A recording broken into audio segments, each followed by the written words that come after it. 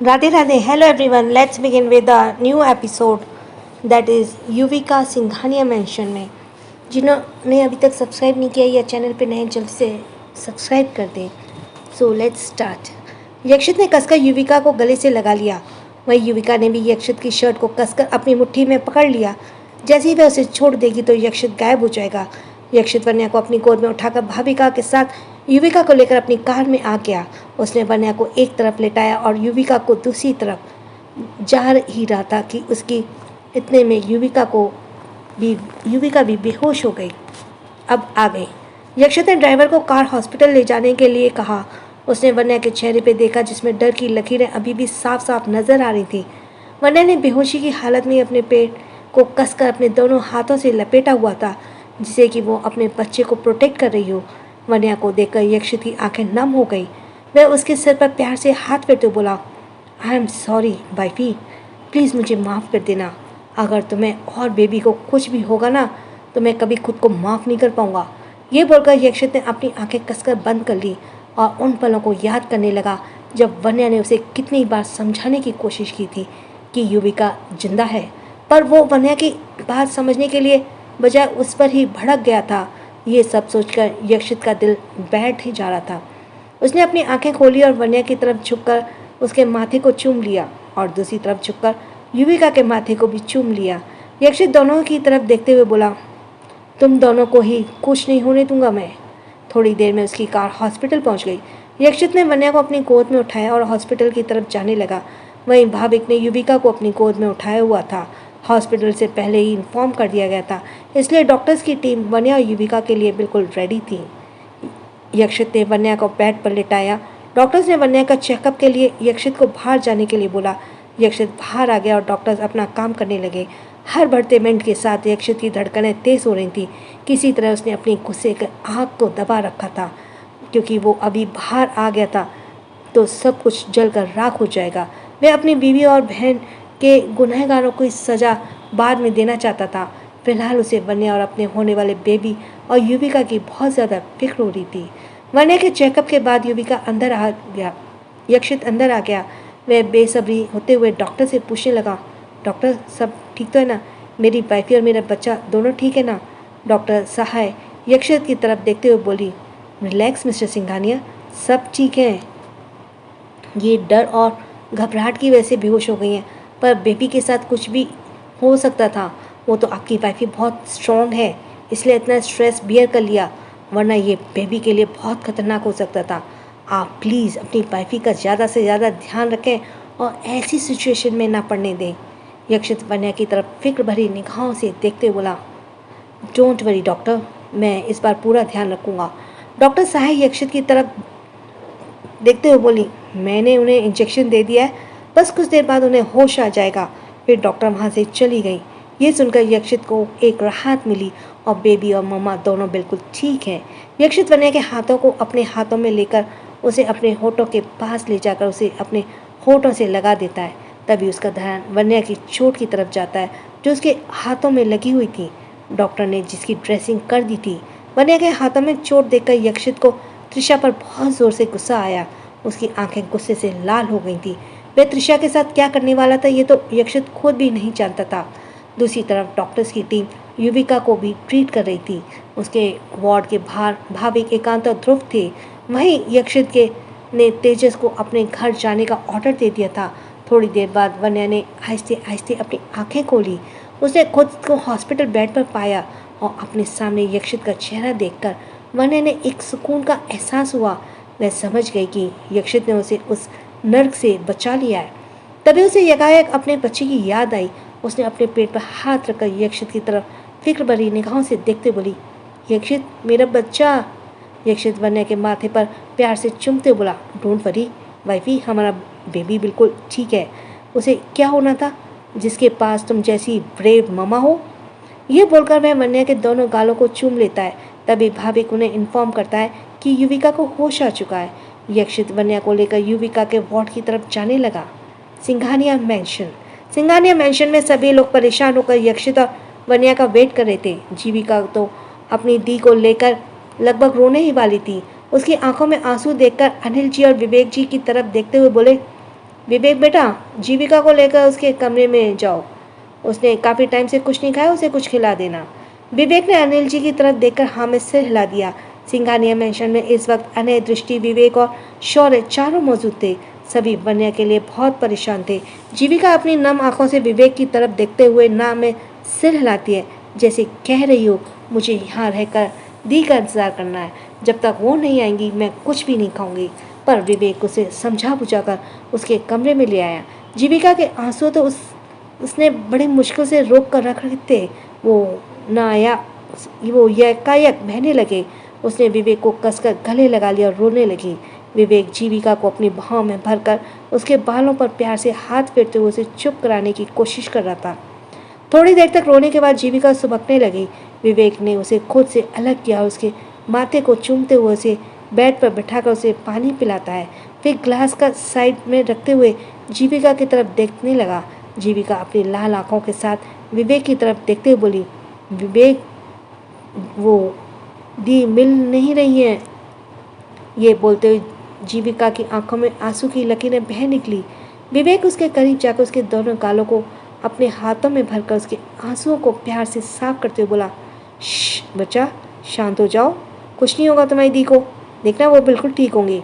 जीविका ने अपनी नम आंखों से एक नज़र विवेक को देखा और फिर उसके सीने से लग गई।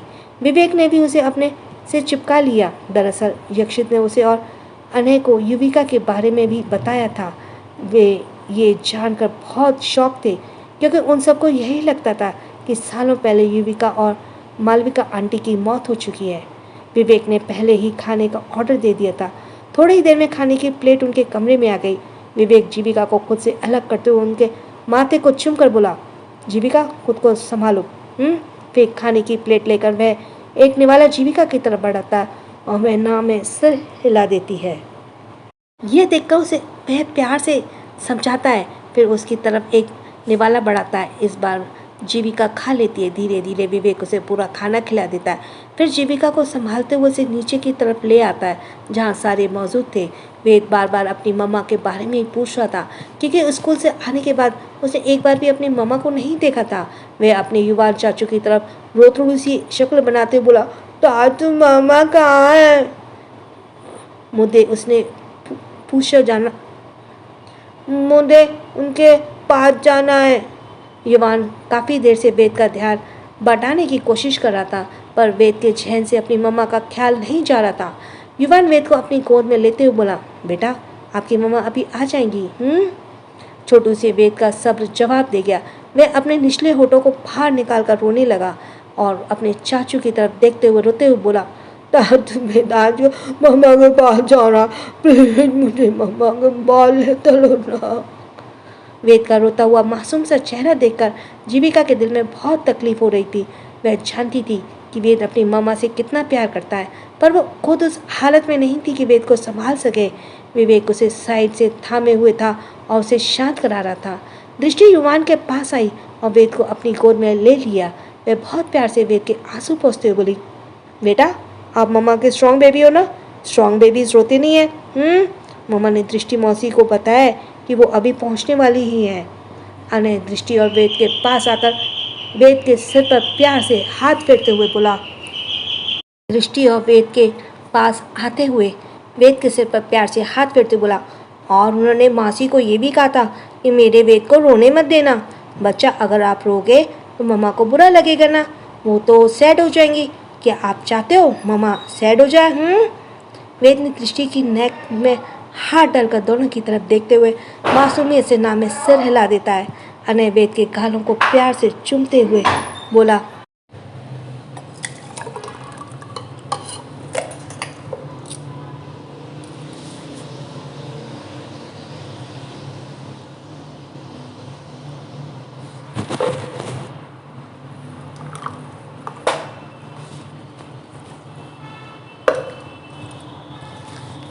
वो मैंने मुझसे भी पता किया था ना, गैलेक्सी 8 हैंग बहुत होता है और उसमें आंटी का भी यही था ना, उनका M31 था। इसमें उसमें क्या फ़र्क है? फर्क है भाई, प्रोसेसर का फर्क है। ये कौन सी ईयर का मॉडल है, वो कौन सी ईयर का मॉडल है? सैमसंग M31 है वो। अच्छे वाले में सैमसंग A12 है। फिर A12 और भी पुराना हो गया। पता नहीं है भैया, कोई बात करनी है यार। अब बिल्कुल सही हालत में हैं? प्रॉब्लम क्या, बेच क्यों दिए? हैं? बेच क्यों दिए? वो वैशु का था, उनकी बड़ी बेटी का, उसके लिए आईपैड ले आई बुआ। तो वो 3,000 में क्यों बेचेंगे? वो कह रही है जाएगा तो 4-5 हज़ार में, पर तुम्हारे लिए 3,000 में।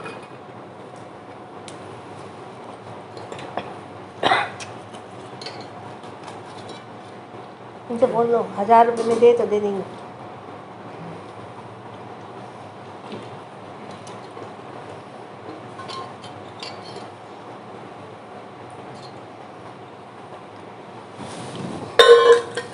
कौन सा M8? A12। इस पे देखने क्या कॉस्ट है?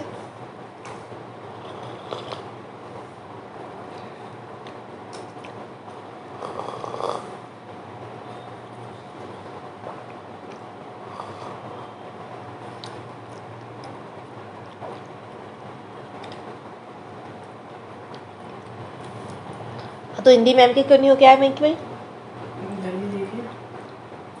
देखिए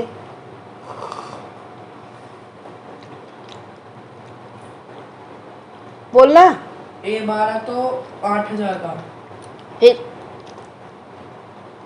मैम कह रही है हाँ 8,000 का मैं आप मेरे लिए फोन लो। जब तो मैं कही हूँ आंटी का तो 31 है, वो और भी नहीं आता।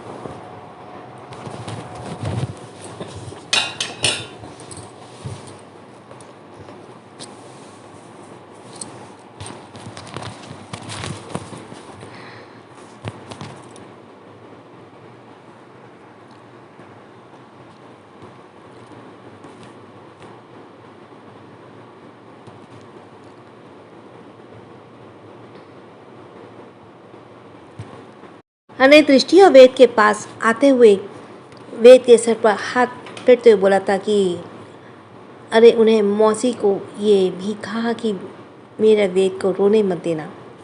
हॉस्पिटल में युविका को होश आ चुका था।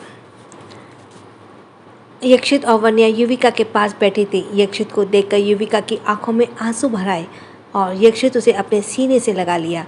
वे युविका को चुप कराते बोला, शांत हो जाओ, अब कोई तुम्हें अपने भाई से अलग नहीं कर पाएगा। युविका ने हाँ में सिर हिला दिया और युविका सवालिया नजरों से वन्या की तरफ देखने लगी। ये देखकर यक्षित वन्या के साइड हक करके युविका की तरफ देखते हुए बोला, बच्चा ये तुम्हारी भाभी है। ये सुनकर युविका ने बेजान चेहरे पर एक प्यारी सी स्माइल आ गई। भले ही वह काफ़ी कमज़ोर हो गई थी, पर अभी भी उसका स्माइल बहुत प्यारी और दिलकश लग रही थी। वन्या ने युविका को अपने सीने से लगा लिया। युविका ने भी वन्या को जोर से पकड़ लिया। उसे एक वार्म फीलिंग आई, वो फीलिंग जो उसे अपनी मॉम से करीब रहने पर मिलती थी। यक्षित युविका की तरफ देखते हुए बोला, घर चले, वहाँ सब हमारी राह देख रहे होंगे। घर का नाम सुनकर युविका की आंखें एक बार फिर नम हो गई। इन सालों में उसने ये उम्मीद ही छोड़ दी थी कि अब वह कभी अपने घर भी जा पाएगी, उसने अपनों से कभी मिल भी पाएगी, पर आज अपनी भाभी की बदौलत अपनों के बीच थी। यक्षित ने उसके आंसू साफ किए और उसे और वन्या को लेकर सिंघानिया मैंशन के लिए निकल गया। भाभी का बाकी दोनों भी कारों के पीछे थी। थोड़ी देर में सब सिंघानिया मैंशन पहुंच गए। मेन दरवाजे की डोरबेल बजी। सबका ध्यान उस तरफ चला गया। सभी उम्मीद भरी निगाहों से दरवाजे को देखने लगे। वेद जो कि अपनी दृष्टि चाची की गोद में सो गया था, वो भी दरवाजे खुलने की आवाज़ से जाग गया। मैंशन की केयरटेकर सौम्या जी ने दरवाज़ा खोला था। सामने यक्षित और वन्या खड़े थे। ये देखकर सबकी जान में जान आई। वे दृष्टि की गोद से उतरकर दौड़ते हुए अपने मम्मा और डैडी की तरफ जाने लगा। वन्या ने अपने बच्चे को अपनी गोद में उठा लिया और उसे अपने सीने से लगा लिया। वेद ने अपनी मम्मा को नेक को कसकर पकड़ लिया था। उसकी पकड़ से ही वन्या समझ गई थी कि वेद ने उसे कितना मिस किया होगा। यक्षित अपने बेबी को सिर पर प्यार से हाथ फेरने लगा। थोड़ी देर बाद वेद अपनी टिमटिमाती आंखों से आंसू लिए अपनी मम्मा की तरफ देखते हुए बोला, मम्मा आप मुझे तोड़कर कहाँ चली गई थे? वेदांश ने आपको बहुत मिस किया। वन्या वेद के आंसू पोंछकर उसके पूरे चेहरे पर किस करते हुए बोली, मम्मा ने भी आपको बहुत ज़्यादा मिस किया मेरे बच्चे, और मम्मा आपको छोड़कर कहीं नहीं गई। वो कभी अपने बच्चों को छोड़कर कहीं नहीं जा सकती हैं। वेद अपनी मम्मा के सीने से लिपट गया।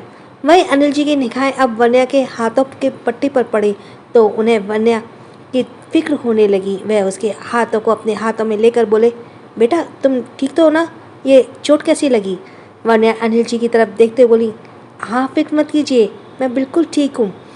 अब तक यक्षित ने वेद को अपनी गोद में ले लिया था, क्योंकि प्रेगनेंसी की हालत में वन्या को ज़्यादा वक्त तक वेद को गोद में लेना ठीक नहीं था। वेद ने अपने डैडी के दोनों गालों पर किसी कर दी, क्योंकि उसने अपने डैडी को भी बहुत मिस किया था। जीविका और दृष्टि ने भी वन्या को हक कर दिया। फिर वो अनिल जी और चेतन दादाजी की तरफ देखते हुए बोली, पापा आप सबके लिए एक सरप्राइज है। सभी वन्या की तरफ सवालिया नजरों से देखने लगे और साथ ही सोचने लगे कि आखिर क्या सरप्राइज हो सकता है। तभी भाविक एकांत और ध्रुव युविका को लेकर घर के अंदर आए। यक्षित ने हॉस्पिटल में युविका को क्लीन करवा दिया था, उसके कपड़े भी चेंज करवा दिए थे। उसमें ज़्यादा तो फर्क नहीं आए थे, बस वे अपने गंदे कपड़ों की जगह पर अभी साफ सुथरे कपड़े पहने थे और अपने शॉवर लिया था, जिससे उसकी बॉडी पर अब जमी सारी गंदगी दूर हो चुकी थी। अनिल जी की निगाहें जैसे ही युविका पर पड़ी, उनकी दुनिया जैसे यहाँ थी वहीं थमकर रह गई। कल्पना और असलियत दोनों में जैसे उन्हें फ़र्क करना मुश्किल हो रहा था। उन्हें बिल्कुल भी यकीन नहीं हो रहा था कि उनके सामने कौन है।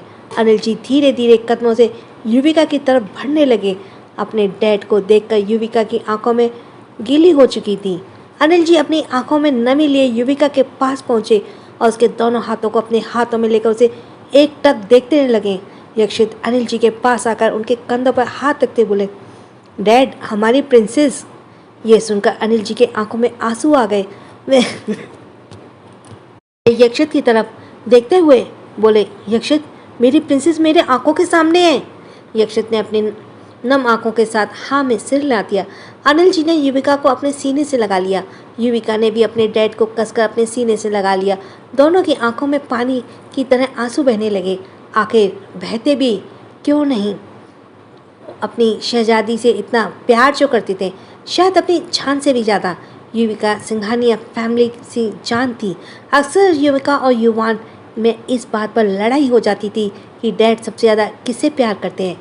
अनिल जी जब युविका को अपने सीने से लगा लेते थे तो युवान यक्षित के पास जाकर उसे हक करते हुए बोलता था कि आज अगर युविका के पास डैड है तो उसके पास भाई है। फिर क्या था, दोनों में यक्षित को लेकर बहुत लड़ाई हुआ करती थी और दोनों यक्षित का एक एक हाथ पकड़कर खींचते हुए बोलते थे, ये मेरे भाई हैं, ये मेरे भाई हैं। यक्षित दोनों को एक एक स्माइल के हक करते हुए बोलता कि वह उन दोनों का ही भाई है। आज अपनी प्रिंसेस को सिंघानिया मेंशन में देखकर यक्षित को उसके बचपन की यादें ताज़ा हो गई। अनिल जी अभी भी युविका को अपने सीने से लगाए हुए रो रहे थे। इतने सालों में तो वो अपनी छोटी सी प्रिंसेस को मरा हुआ ही समझ रहे थे, पर वो तो जिंदा थी और किसी की कैद में थी। सो टू बी कंटिन्यूड। आप सबको युविका और उसकी फैमिली का मिलना कैसा लगा कमेंट बॉक्स में ज़रूर बताइएगा। और let's go for the next episode, that is Vanya की नाराज़गी। Just wait a minute, ad आ गया, सो जस्ट वेट। वन्या की नाराज़गी, और इस एपिसोड का एक्चुअल में एपिसोड नंबर इज़ 173। आज यहाँ मौजूद सबकी आंखों में आंसू आ गए थे। अनिल जी के आंसू तो जैसे रुकने का नाम ही नहीं ले रहे थे। ऐसा लग रहा था जैसे इतने सालों में अपने सीने में छुपाए दर्द को आज अनिल जी बाहर ला रहे हो। चैतन्य जी अनिल जी को रोता देख उसके पास आ गए, उसके कंधे पर हाथ रखते हुए अपने भरे के साथ बोले, गले के साथ, खुद को संभालो बेटा। अनिल जी ने अपने आंसू पोंछ अपनी प्रिंसेस के आंसू को साफ करके उसके सिर पर 2-3 बार किस कर दिया। अनिल जी युविका के चेहरे को अपने हाथों में भर अपने भरे गले के साथ बोले, मेरी प्रिंसेस, मेरी बेटी, आप कहाँ चले गए थे बेटा? आपको पता है इन सालों में आपके डैड ने आपको कितना ज़्यादा मिस किया। ये बोलकर अनिल जी ने युविका के दोनों गालों को चूम लिया। युविका अपनी आंखों में आंसू लिए बोली, मैंने भी आपको बहुत मिस किया डैड। अनिल जी युविका के आंसू साफ करने लगे। युविका ने एक नज़र चैतन्य दादाजी की तरफ देखा। अपने पोते की जिंदा देखकर चैतन्य दादाजी भी अपने इमोशंस को रोक नहीं पाए। उनकी आंखों में भी आंसू बहने लगे। युविका अपनी नम आंखों के साथ चैतन्य दादाजी के सामने खड़ी होकर बोली, दादाजी। चैतन्य जी उसे हाक करते हुए बोले, हाँ मेरे बच्चे, आपको पता है हम सब ने आपको कितना ज़्यादा मिस किया। हम तो इस गलतफहमी में थे कि हमारी प्रिंसेस उस दिन हमेशा के लिए हमें छोड़कर चली गई। ये बोलकर चैतन्य दादाजी फूट फूट कर रोने लगे, क्योंकि युविका ने सबकी जान बस्ती थी। यक्षित दादाजी को संभालते हुए बोला, दादाजी संभालिए खुद को, अब हमारी प्रिंसेस बिल्कुल सही सलामत है और हमारे सामने भी है। यक्षित ने अपनी छोटी सी प्रिंसेस को एक बार फिर जोर से हक कर लिया। युविका एक बार फिर जोर जोर से रोने लगी। यक्षित की आंखें भी नम हो चुकी थी। वह अपनी प्रिंसेस को शांत करने में लगा हुआ था। सबको रोता देख छोटू सा वेद भी रोने लगा। वन्या ने उसे अपनी गोद में ले लिया और उसे चुप कराने लगी। अनय ने दृष्टि को युविका और मालविका जी के बारे में बता दिया। दृष्टि की आंखों भी नम हो चुकी थी, क्योंकि माँ बाप के खोने का गम क्या होता है ये उससे बेहतर और कोई नहीं जान सकता था। वह युविका की कंडीशन समझ सकती थी। युविका को रोता देख दृष्टि भी संभल नहीं पाई और उसकी आंखों में भी आंसू पानी की तरह बहने लगे। अनय ने अपनी नम आंखों से दृष्टि के कंधे पर हाथ रखा तो दृष्टि अनय की तरफ पलट गई और उसे कसकर गले लगा लिया। अनय दृष्टि को अपनी भाव में भरकर उसकी पीठ को सहलाते हुए उसे शांत करने लगा। वहीं यक्षित के गले मिलने के बाद युविका के सामने युवान था। दोनों जुड़वा बच्चे थे और यक्षित अपने भाई बहनों को बहुत प्यार करता था। अपनी बहन को देखकर युवान खुद को रोक नहीं पाया और उसे दौड़ते हुए युविका के पास आकर उसे कसकर गले लगा लिया। अगर किसी ने युविका को सबसे ज़्यादा मिस किया था तो वह युवान ही था। युविका के जाने के बाद युवान काफ़ी दिनों तक गुमसुम रहा था, पर धीरे धीरे अपने घर की हालत देखी। सबको टूटते देख उसने तय किया था कि वह भी अपने भाई की हेल्प करेगा, सबको संभालने के लिए। जीविका भी अपनी नम आंखों से युविका को देख रही थी। विवेक उसे साइड से हक किए हुए उसे संभाल रहा था। भाविक ने सबको पूरी बात बताई कि युविका उन्हें कैसे और कहाँ मिली। युविका वन्या के पास गई और उसके सामने खड़ी हो गई। वेद अपनी आंखों में नमी लिए सिंघानिया फैमिली के इस नए मेंबर को देख रहा था, क्योंकि जब युविका इस घर में थी तब वेद इस दुनिया में नहीं आया था। युविका भी वेद और वन्या को अपनी टिमटिमाती आंखों से देख रही थी। वह वन्या को देखते हुए बोली, भाभी माँ। युविका का ये कहना था कि वन्या की आंखों में रुके हुए आंसू बह गए।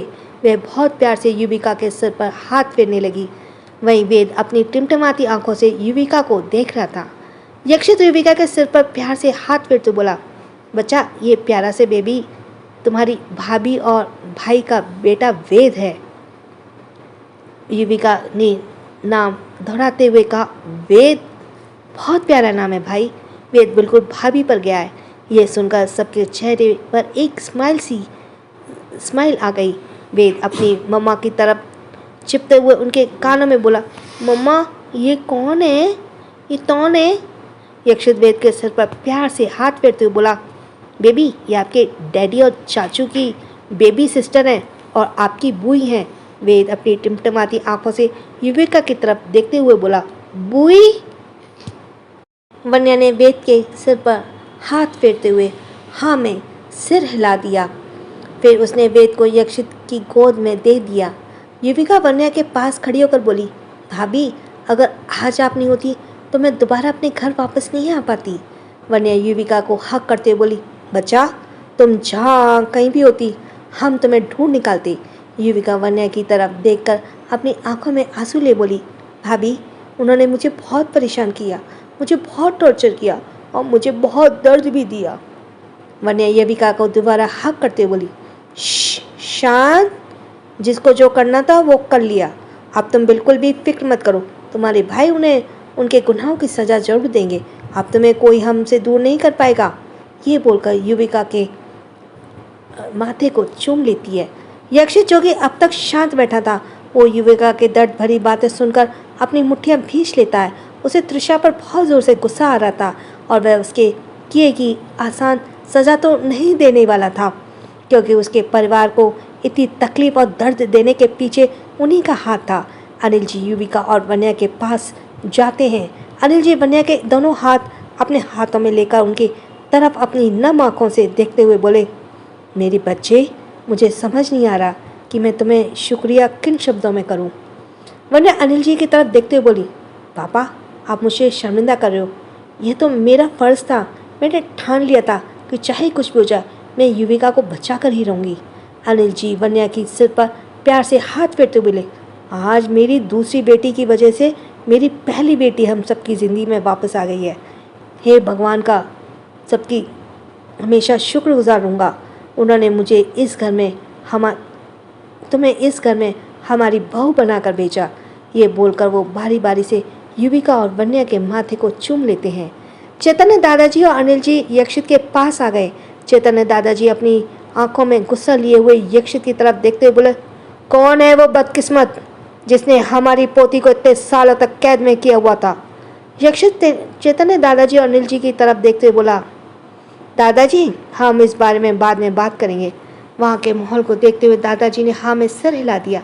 सभी वहाँ पर मौजूद थे, इसलिए आज सब मिलकर वहीं पर डिनर करने वाले थे। थोड़ी देर में लजीज खाने की खुशबू टेबल पर से आने लगी। सबने खाना खाया और फिर सब अपने अपने घर के लिए निकल गए।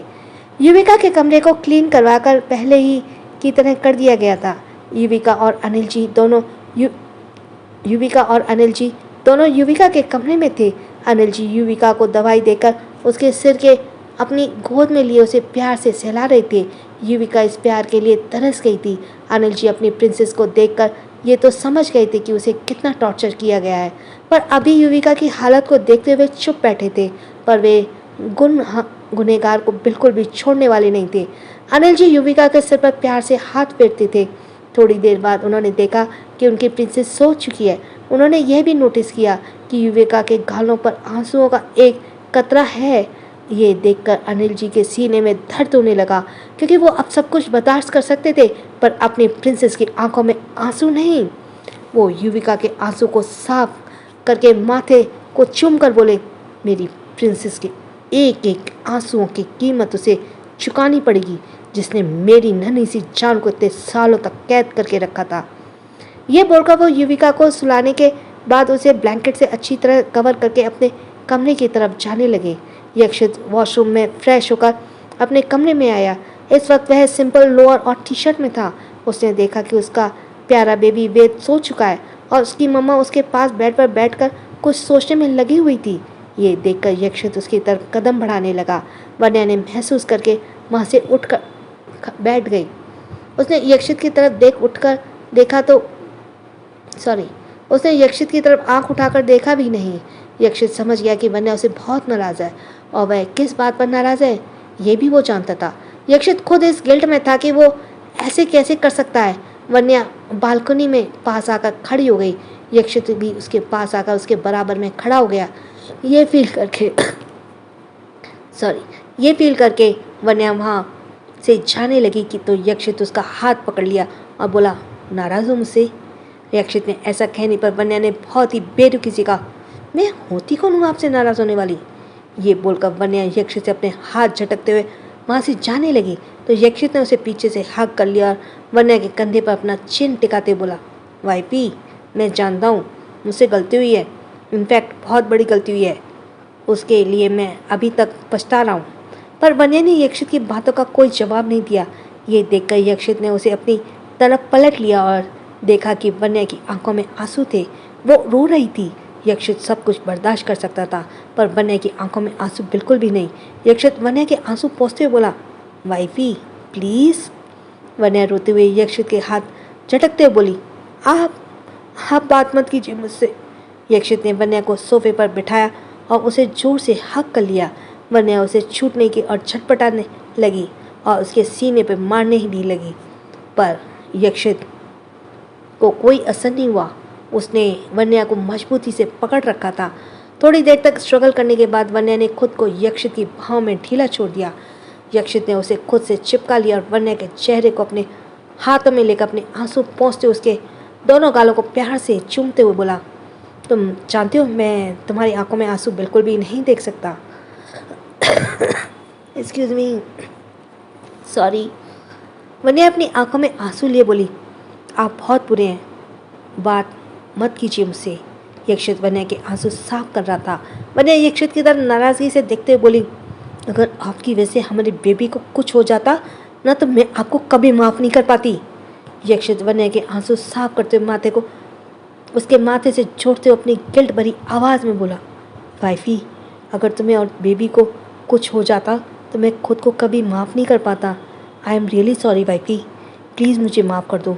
मैंने तुम पर यकीन ना करके और तुम्हारी बात ना मानकर बहुत बड़ी गलती की, पर मैं तुमसे वादा करता हूँ कि दोबारा ये गलती कभी नहीं होगी।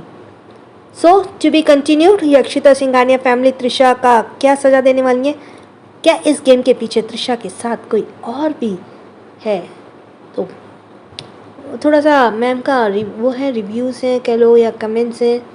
गाइस, आज हमने 1 मिलियन के माइलस्टोन को छू लिया है। ये सब आपके प्यार और सपोर्ट की वजह से हो रहा है। Thank you so much each and everyone. आज आप सबकी बदौलत हम यहाँ तक पहुँच पाए। तो इसी के साथ थैंक्स फॉर लिसनिंग। छोटों को प्यार, बड़ों को सम्मान। जिसने अभी तक सब्सक्राइब ना किया हो जल्दी से सब्सक्राइब कर दिया। राधे राधे।